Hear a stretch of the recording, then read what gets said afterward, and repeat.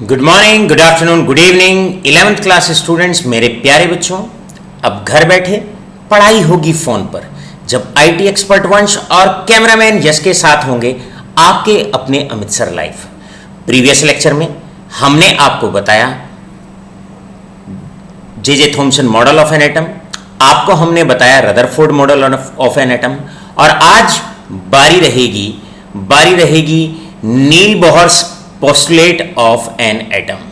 तो आज हम नील बोहर के बारे में, क्लियर है, Niels Bohr model of an atom के बारे में आज आपको बताने वाले हैं, आज आपको इसके बारे में सिखाने वाले हैं।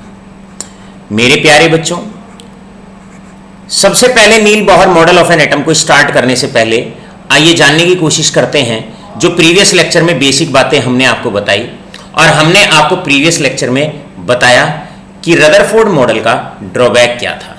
ड्रॉबैक था कि he was not able to explain stability of an atom. जो डेटा उन्होंने दिया था उसके अकॉर्डिंग फाइनली एक समय ऐसा आना था जब इलेक्ट्रॉन न्यूक्लियस में गिर जाना था। आइए हम जानने की कोशिश करते हैं एक नए अंदाज में, एक नए मूड में, Bohr model of an atom. प्यारे बच्चों, जहां तक Bohr model of an atom की बात करते हैं, जहां तक बोहर मॉडल की बात करते हैं, देखिए Bohr model of an atom में भी हम एटम को दो पार्ट में डिवाइड करते हैं। Let's divide the atom into two part. सबसे पहला पार्ट, यहां पर भी आप यही जाने कि न्यूक्लियर पार्ट होता है, और आप जानते हैं न्यूक्लियर पार्ट का मतलब सेंट्रल पार्ट, और जिसमें कौन कौन प्रेजेंट होता है, जहां पर न्यूट्रॉन प्रेजेंट होता है प्लस प्रोटॉन प्रेजेंट होता है। आइए जानने की कोशिश करते हैं सेकेंड पार्ट के बारे में। सेकेंड पार्ट के बारे में जानने की कोशिश करते हैं। सेकेंड पार्ट आपका एक्स्ट्रा न्यूक्लियर पार्ट कहलाता है। क्लियर है, आपका एक्स्ट्रा न्यूक्लियर पार्ट कहलाता है, और जिसमें हमारे इलेक्ट्रॉन्स मूव करते हैं इन सर्कुलर पाथ्स। मतलब एक एटम किस तरीके से है, एक एटम बिल्कुल इस तरीके से है। ये आपका न्यूक्लियस पार्ट रहा, ये इसके चारों तरफ सर्कुलर ऑर्बिट्स हैं, ये फर्स्ट ऑर्बिट, ये इसका सेकेंड ऑर्बिट, सर्कुलर पाथ है जिस पे इलेक्ट्रॉन घूमता है। अब आप जानते हो, आपको पता है, ये वाला पार्ट हमारा सेंट्रल पार्ट होता है, और इस पार्ट को हम पहचानेंगे न्यूक्लियर पार्ट से। ये आपका न्यूक्लियर पार्ट है। All right all of you. और न्यूक्लियर पार्ट में आपके कौन कौन प्रेजेंट होते हैं? अगर न्यूक्लियर पार्ट की बात करते हैं तो यहां पर आपका या तो न्यूट्रॉन प्रेजेंट है या प्रोटॉन प्रेजेंट है। साथ के साथ ये जो इसके न्यूक्लियस के चारों तरफ ये जो आपके सर्कुलर पाथ होते हैं, क्लियर है, इसको एक्स्ट्रा न्यूक्लियर पार्ट के नाम से पहचाना जाता है। इसको एक्स्ट्रा न्यूक्लियर पार्ट के नाम से पहचाना जाता है। Extra nuclear part. Extra nuclear part में सर्कुलर पाथ्स होते हैं, क्लियर है, और इन पर आपके इलेक्ट्रॉन्स घूमते हैं, इन पर आपके इलेक्ट्रॉन्स घूमते हैं। क्लियर है, इतनी बातें तो आप सभी जानते हैं। All right all of you. अब मैं एक एक पॉइंट को थोड़ा सा डिटेल में शुरू करता हूं। तो आपसे कोई कहता है भाई नील बोहर का पहला पोस्टुलेट बताओ, तो आप ये कहना कि नील बोहर एटम को दो पार्ट में डिवाइड करता है। पहला न्यूक्लियर पार्ट जिसमें न्यूट्रॉन और प्रोटॉन प्रेजेंट होते हैं, और दूसरा आपका होता है एक्स्ट्रा न्यूक्लियर पार्ट जिसके अंदर इलेक्ट्रॉन्स प्रेजेंट होते हैं। All right all of you. Second point आप ध्यान से नोट करेंगे। भाई सेकेंड पॉइंट क्या कहता है? सेकेंड पॉइंट बच्चों ये कहता है नील बोहर्स का सेकेंड पॉइंट, क्लियर, ये कहता है size of nucleus is very small. Size of nucleus is very small, is very small, is very small. Nucleus का साइज बहुत छोटा होता है, बहुत छोटा होता है। It is very small in size. ये वाला जो पार्ट होता है ये बहुत ही स्मॉल पार्ट होता है, और लगभग एटम का सारा मास इसी के अंदर लाई करता है। And whole mass of atom, whole mass of an atom, whole mass of an atom is present in it, is present in it. Clear है, इज प्रेजेंट इन इट। तो आपने ये पॉइंट अच्छे से लर्न करना है। दूसरा पॉइंट बोहर साहब क्या कहते हैं? वो ये कहते हैं ये पार्ट बहुत छोटा होता है और एटम का लगभग जितना भी मास होता है वो लगभग इसी पार्ट के कारण होता है। आप जानते हैं इलेक्ट्रॉन मासलेस क्वांटिटी है, तो जो भी मास एक एटम का होता है वो ड्यू टू न्यूक्लियस की वजह से होता है, और न्यूक्लियस में आप लोग जानते हैं न्यूट्रॉन होता है और प्रोटॉन होता है। अब यहां से थर्ड पॉइंट बोहर साहब न्यूक्लियस का भी फॉर्मूला भी हमें बताते हैं। वो ये बताते हैं साइज ऑफ न्यूक्लियस, राइट। ध्यान से एक एक पॉइंट को आपने अच्छे से क्लियर करना है। साइज ऑफ न्यूक्लियस जो बराबर होता है वो लगभग बराबर होता है 10⁻⁻15 मीटर्स। क्लियर है, ये न्यूक्लियस का डायमीटर होता है। तो आपसे कई बार एक एक नंबर में पूछ लिया जाता है, बताओ भाई न्यूक्लियस का डायमीटर बताइए। तो आप बड़े आसानी से न्यूक्लियस का डायमीटर बता सकते हैं कि होता है, कुछ किताबों में 10⁻⁻14 मीटर्स लिखा हुआ होता है, और कुछ बुक्स में आपका 10⁻⁻15 मीटर्स लिखा हुआ होता है। तो यहीं पर पेन को साथ रख के बैठो, तैयारी होती रहेगी आपकी। यहां पर लिखिए व्हाट इज द साइज, और साइज का मतलब रेडियस या साइज का मतलब है डायमीटर। तो आप समझ जाइए जो डायमीटर होता है न्यूक्लियस का वो 10⁻⁻15 मीटर्स होता है। आइए जानने की कोशिश करते हैं मेन पॉइंट, फोर्थ पॉइंट। जरा फोर्थ पॉइंट आप अच्छे से मार्क करके लिख लीजिए। बोहर साहब ये कहते हैं इलेक्ट्रॉन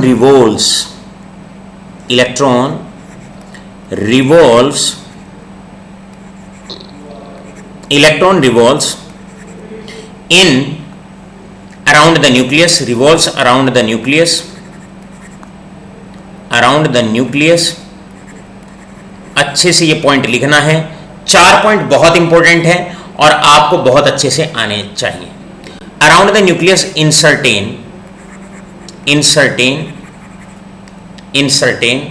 fixed paths,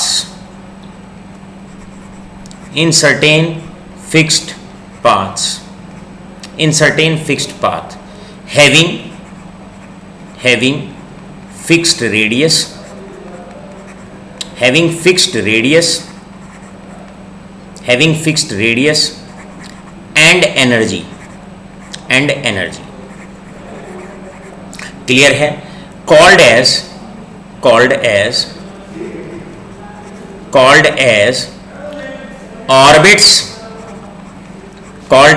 orbits। इसको एनर्जी स्टेट्स भी कहते हैं। ऑर्बिट्स, एनर्जी स्टेट्स, क्लियर है, और स्टेशनरी स्टेट्स। बड़ा इंपॉर्टेंट सा पॉइंट है, जरा ध्यान से अब सुनेंगे। क्लियर है। So next point, fourth point बच्चों क्या कहता है, ये जो सर्कुलर पाथ होते हैं जिन पे इलेक्ट्रॉन घूमता है, अच्छे से एक एक पॉइंट को समझना है। अब ये जो सर्कुलर पाथ्स होते हैं जिन पे इलेक्ट्रॉन घूमता है, इनका रेडियस फिक्स होता है, इनकी एनर्जी भी फिक्स होती है। हर एक की अपना एक पर्टिकुलर रेडियस है, हर एक की अपनी पर्टिकुलर एक एनर्जी है, और इसीलिए इन सर्कुलर पाथ्स को हम स्टेशनरी स्टेट्स भी कहते हैं। इसका मतलब बोहर के अकॉर्डिंग ये जो सर्कुलर पाथ है, अकॉर्डिंग टू द बोहर, इसे आप एनर्जी लेवल कह दीजिए। क्लियर है, इसको एनर्जी लेवल कह दीजिए। 3-4 नाम से इसको पहचाना जाएगा। इसको एनर्जी लेवल आप कह दीजिए, इसको हम ऑर्बिट भी कह सकते हैं, और इसको हम स्टेशनरी स्टेट भी कह सकते हैं। सबसे इंपॉर्टेंट नाम है इसके अंदर, इसको हम स्टेशनरी स्टेट भी कह सकते हैं। तो ये जो सर्कुलर पाथ्स हैं एक्स्ट्रा न्यूक्लियर रीजन के अंदर, ये जो सर्कुलर पाथ्स हैं, इनको अभी तक तो 9th और 10th क्लास तक आप ऑर्बिट्स के नाम से पहचानते थे। अब इनके 2 अतिरिक्त नाम भी आपके क्लियर होने चाहिए। पहला अतिरिक्त नाम क्या है? पहला, इन्हें एनर्जी लेवल्स कहा जाता है। देखो, एक स्कूल के अंदर जैसे एनर्जी लेवल्स होते हैं, सबसे पहला नर्सरी क्लास एक एनर्जी लेवल है। यहां पर वो बच्चा रहेगा स्कूल के अंदर जिसकी एनर्जी सबसे चिंटू सी होती है, सबसे कम होती है। इसी प्रकार फर्स्ट क्लास, जिसकी एनर्जी उससे ज्यादा होती है, वो फर्स्ट क्लास में बच्चा प्रेजेंट होता है। और जो मोस्ट एनर्जेटिक बच्चा होता है वो क्लास 11th में और क्लास 12th में प्रेजेंट होता है। तो जिस प्रकार स्कूल के अंदर क्लासेस होती हैं, तो क्लास को भी एक एनर्जी लेवल्स भी हम कह सकते हैं। इसी प्रकार एक एटम के अंदर जो सेल्स होते हैं, इन सेल्स को भी हम एनर्जी लेवल्स के नाम से पहचान सकते हैं। अगर इलेक्ट्रॉन पहले शेल में है तो उसकी एनर्जी सबसे कम होती है, अगर दूसरे शेल में है तो उसमें एनर्जी उसकी ज़्यादा होती है, तीसरे शेल में एनर्जी और ज़्यादा होती है। पर्टिकुलरली फिलहाल मैं ये कह सकता हूँ हर ऑर्बिट में इलेक्ट्रॉन की एनर्जी फिक्स होती है। नर्सरी क्लास में बच्चा है तो उसकी एनर्जी बिल्कुल फिक्स है, 11th क्लास में बच्चा है जब तक वो 11th क्लास में रहेगा तब तक उसकी एनर्जी फिक्स है। तो यहां पर आप एक क्वेश्चन लिख सकते हैं, फटाफट से क्वेश्चन लिखिए। क्वेश्चन है व्हाई एनर्जी लेवल्स या orbits are also known as stationary states. इनको हम स्टेशनरी स्टेट्स के नाम से क्यों पहचानते हैं? स्टेशनरी का मतलब फिक्स होता है, जो कोई वैल्यू चेंज नहीं होती। जब तक इलेक्ट्रॉन एक पर्टिकुलर ऑर्बिट में रहता है, ध्यान रखिएगा, उसकी एनर्जी फिक्स होती है, उसकी वेलोसिटी फिक्स होती है और उसका रेडियस फिक्स होता है, जिसकी वजह से एनर्जी लेवल्स को स्टेशनरी स्टेट्स के नाम से भी पहचाना जाता है। ये बात कही बोहर साहब ने। तो मेरे प्यारे बच्चों, बोहर साहब ने ऑर्बिट को किन दो और नामों से पहचाना, ये इंपॉर्टेंट बात है। ये जो सर्कुलर पाथ है इनको ऑर्बिट कहते हैं और दो अतिरिक्त नाम जो बोहर साहब ने इन्हें दिए, पहला नाम दिया एनर्जी लेवल कहा इनको और दूसरा नाम इनको दिया स्टेशनरी स्टेट्स। राइट, तो क्वेश्चन आपसे लिखा जा सकता है, यहां पर दो क्वेश्चन आपसे पूछे जा सकते हैं। पहला क्वेश्चन यही कि बताइए ऑर्बिट्स को किन दो और नामों से पहचाना जाता है, और दूसरा तो बहुत इंपॉर्टेंट क्वेश्चन है कि व्हाई दीज एनर्जी लेवल्स और orbits are also known as stationary states. Right, आगे बढ़ते हैं। इसके बाद चलते हैं नेक्स्ट पॉइंट की तरफ। प्यारे बच्चों, नेक्स्ट पॉइंट आता है, नेक्स्ट पॉइंट फिफ्थ पॉइंट। जरा फिफ्थ पॉइंट आप ध्यान से समझेंगे। बोहर साहब ये कहते हैं अपने नेक्स्ट पोस्टुलेट में, an atom have infinite number of shells. An atom have infinite number of shells. Infinite number of shells. भाई वाह, ये कैसा मजेदार पॉइंट आया।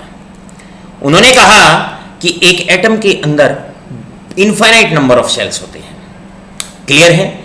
इसका मतलब अगर हाइड्रोजन एटम है और मैं आपसे कहूं बताओ उसमें कितने शेल हैं, तो आप ये कहोगे सर हाइड्रोजन का एटॉमिक नंबर 1 होता है, तो हम तो ये कह सकते हैं कि ये रहा हाइड्रोजन, और हाइड्रोजन का क्योंकि एटॉमिक नंबर 1 होता है तो इसमें एक ही शेल प्रेजेंट होता है। लेकिन बोहर साहब क्या कहते हैं? बोहर साहब ये कहते हैं एक एटम के अंदर जो सेल्स होते हैं वो इनफाइनाइट नंबर होते हैं, बहुत सारे सेल्स होते हैं, इसीलिए बोहर के अकॉर्डिंग एटम का साइज इनफाइनाइट होता है, अकॉर्डिंग टू बोहर। चलो भाई, इस बात को आपके ना एक एग्जाम्पल से सीखते हैं। ध्यान से समझिए एग्जाम्पल क्या है। एग्जाम्पल ये है, भाई आपके स्कूल में बड़े सारे कमरे होते हैं, बड़े सारे रूम्स होते हैं, लेकिन क्या बच्चा सभी रूम्स में प्रेजेंट होता है? सभी में तो प्रेजेंट नहीं होता है। क्लियर है? लेकिन बच्चे तो कुछ ही रूम्स में प्रेजेंट होते हैं। इसी प्रकार बोहर साहब ये कहते हैं कि एटम के अंदर शेल बहुत सारे होते हैं, वो बात एक अलग है, इलेक्ट्रॉन कुछ ही शेल के अंदर प्रेजेंट होता है। समझ में आ गई? पहले जानने की कोशिश करेंगे क्या क्या बोहर साहब ने कहा। बढ़ते हैं नेक्स्ट पॉइंट की तरफ। अब आपका बच्चों यहां से नेक्स्ट पॉइंट आता है। Now coming to the next point. Next point है हमारा यहां पर 6th पॉइंट के आगे बात करते हैं। अब जानने की कोशिश करते हैं छठा पॉइंट क्या कहता है, 6th पॉइंट क्या कहता है। एटम पोजेस, ये तो आपके समझ में आ गया। नेक्स्ट आता है an electron revolves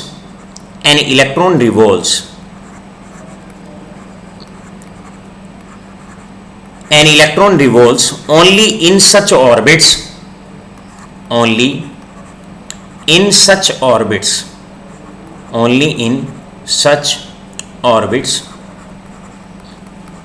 in which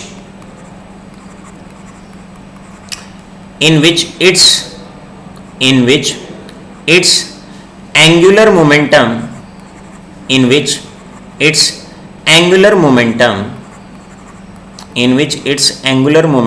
is mvr clear है, is equal to n into h upon 2 pi. Clear है? ये बड़ा इंपॉर्टेंट पॉइंट है और इसे आप जानने की कोशिश करेंगे। एक एटम के अंदर इनफाइनाइट नंबर ऑफ शेल्स होते हैं, लेकिन सबसे इंपॉर्टेंट बात क्या है, इलेक्ट्रॉन सभी में नहीं रहता, केवल उनमें रहता है जहां पर उसके अंदर मोमेंटम इसके बराबर होता है, इस फैक्टर के बराबर होता है। एंगुलर मोमेंटम का फॉर्मूला mvr, और ये बराबर होता है किसके बराबर होता है, n इंटू एच अपॉन 2 पाई। केवल ऐसे ऑर्बिट्स में इलेक्ट्रॉन घूमेगा जहां उसकी एंगुलर मोमेंटम की वैल्यू बराबर होगी n इंटू एच अपॉन 2 पाई। अब इसको भी समझने का प्रयास करते हैं। बोहर साहब ये कहते हैं अगर फर्स्ट शेल में वही इलेक्ट्रॉन घूमेगा, कौन सा इलेक्ट्रॉन घूमेगा फर्स्ट शेल में भाई, जिसका एंगुलर मोमेंटम का फॉर्मूला mvr। जब कोई चीज सर्कुलर पाथ पे घूमती है तो उसका होता है एंगुलर मोमेंटम, उसके अंदर मोशन होता है। अब वो मोशन कितना है, अगर इलेक्ट्रॉन को फर्स्ट शेल में घूमना है तो उसका एंगुलर मोमेंटम होना चाहिए n इंटू एच अपॉन 2 पाई, और n की वैल्यू हो जाएगी 1। यहां पर n आपका शेल को रिप्रेजेंट करता है। सिमिलरली अगर किसी इलेक्ट्रॉन को सेकंड शेल में घूमना है तो उसके लिए एंगुलर मोमेंटम की वैल्यू हो जाएगी mvr is equal to 2 into h upon 2 पाई। ऐसे ही अगर सो ऑन, अगर किसी इलेक्ट्रॉन को थर्ड शेल में घूमना है तो उसका मोमेंटम होगा mvr is equal to 3 into h upon 2 पाई। तो n का मतलब अंडरलाइन करके यहां लिख लीजिए, n का मतलब होता है shell number. So the meaning of n is here, that is shell number. ये बहुत इंपॉर्टेंट पॉइंट है, इस बात को आप ध्यान में रखेंगे। कौन से ऑर्बिट में इलेक्ट्रॉन घूमेगा, कौन से ऑर्बिट में इलेक्ट्रॉन प्रेजेंट रहेगा, केवल उन ऑर्बिट्स में इलेक्ट्रॉन प्रेजेंट रहेगा जहां पर उसका एंगुलर मोमेंटम मतलब mvr is equal to n into h upon 2 पाई। अभी हम h वगैरह के बारे में कोई बात नहीं करेंगे, बस अभी इसको लर्न करना है। साथ के साथ यहां पर आपका एक क्वेश्चन बन जाता है, और क्वेश्चन क्या बन जाता है, क्वेश्चन बन जाता है right Bohr postulate of angular momentum. अगर आपसे यह क्वेश्चन आता है कि बोहर का एंगुलर मोमेंटम का पोस्टुलेट लिखिए, तो आपको वहां पर इसको लिखना पड़ेगा mvr is equal to h into n into h upon 2 पाई, और जहां पर n आपका शेल नंबर को रिप्रेजेंट करता है। फर्स्ट शेल के लिए 1 होगा, सेकंड शेल के लिए 2 होगा, थर्ड शेल के लिए आपका 3 होगा। तो इसमें तो कोई मुश्किल बात नहीं। अभी तक हमने 3-4 पॉइंट आपको पढ़ाए हैं, और 3-4 पॉइंट आपने बहुत अच्छे से समझ लिए होंगे, ऐसा मैं प्रयास करता हूं। प्यारे बच्चों, चलते हैं नेक्स्ट पॉइंट की तरफ। अब नेक्स्ट पॉइंट और ज्यादा इंपॉर्टेंट है, तो आपको Bohr postulate of angular momentum समझ में आ गया होगा यहां से। अब चलते हैं बच्चों नेक्स्ट पॉइंट की तरफ। नेक्स्ट पॉइंट बहुत इंपॉर्टेंट है, और नेक्स्ट पॉइंट है यहां पर, जरा ध्यान से आप लोग समझेंगे। नेक्स्ट पॉइंट क्या है, जरा सुनिए। नेक्स्ट पॉइंट है जब तक एक इलेक्ट्रॉन एक शेल में रहता है, clear, as long as electron remains, as long as electron remains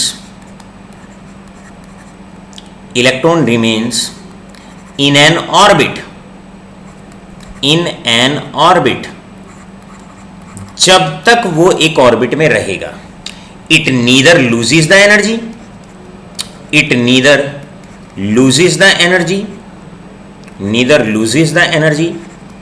nor it gains। भैया जब तक एक शेल में, ये न्यूक्लियस है, इसके अराउंड पहले शेल में इलेक्ट्रॉन घूम रहा है, जब तक वो उस पहले शेल में घूमेगा तब तक ना तो वो एनर्जी गेन करेगा ना वो एनर्जी लूज करेगा, ऐसा बोहर साहब कहते हैं। बोहर ने मैक्सवेल थ्योरी को क्रॉस मारा कि नहीं, ऐसा नहीं होता, क्योंकि इलेक्ट्रॉन एक माइक्रोस्कोपिक पार्टिकल होता है। अगर एक बच्चा 100 मीटर के ट्रैक पर घूमता है तो उसकी एनर्जी कम होती है हर राउंड में। जैसे ही वो 100 मीटर या 200 मीटर के ट्रैक पे दौड़ेगा, कोई बच्चा अगर दौड़ता है तो उसकी हर राउंड में एनर्जी कम होती है, क्योंकि वो बहुत बड़ा पार्टिकल होता है, वो मैक्रोस्कोपिक पार्टिकल होता है। लेकिन इलेक्ट्रॉन तो एक माइक्रोस्कोपिक पार्टिकल होता है, नन्ना सा पार्टिकल होता है, वो तो चिंटू सा पार्टिकल होता है, वो तो चक्कर काटता रहेगा, और जब तक एक पर्टिकुलर सेल में चक्कर काटेगा, ना तो उसकी एनर्जी कम होगी ना उसकी एनर्जी ज्यादा होगी। इसका मतलब क्या हुआ, एक शेल में जब तक वो रहता है उसकी एनर्जी कांस्टेंट बनी रहती है।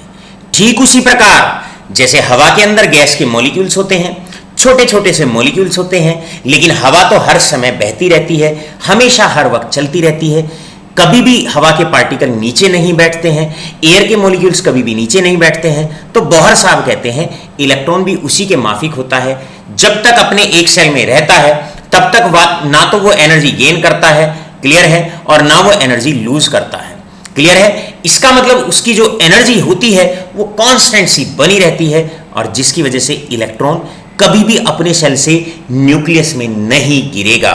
तो ये पॉइंट कितना बेहतरीन उन्होंने कहा, this was the point, this was the point, this point explains, this point explains, this point explains stability of an atom. इसका मतलब एक एटम जो होता है वो हमेशा, याद रखो, this point explains stability of an atom, ये एटम की स्टेबिलिटी को एक्सप्लेन करता है, स्टेबिलिटी ऑफ एन एटम। तो आशा करता हूं ये पॉइंट समझ में आ गया होगा।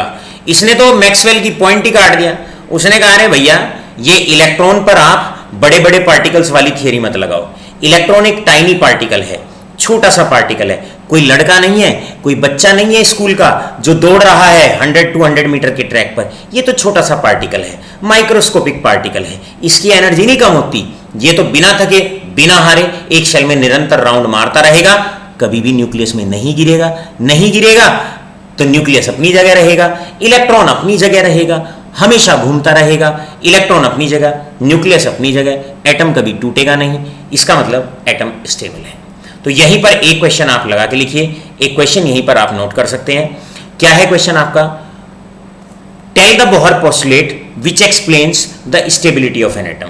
तो आपका पॉइंट नंबर 7, पोस्टुलेट नंबर 7 आपको रिकॉर्ड करना है, पोस्टुलेट नंबर 7 आपको रिकॉर्ड करना है। और क्या कहता है पोस्टुलेट नंबर 7, जब तक एक इलेक्ट्रॉन एक पर्टिकुलर शेल में घूमता है तब तक वो अपनी एनर्जी कांस्टेंट बनाए रखता है। चक्कर काटने से उसकी एनर्जी कम नहीं होती है, चक्कर काटने से उसकी एनर्जी बढ़ती नहीं है, तो वो अपने सेल में ही रहता है, कभी भी इधर उधर जाके नहीं गिरता है, और इसीलिए एटम स्टेबल होता है। तो आशा करता हूं ये पॉइंट आपने बड़े अच्छे से क्लियर कर लिया होगा, आपको बड़े अच्छे से ये पॉइंट एक्सप्लेन हो गया होगा। क्लियर है?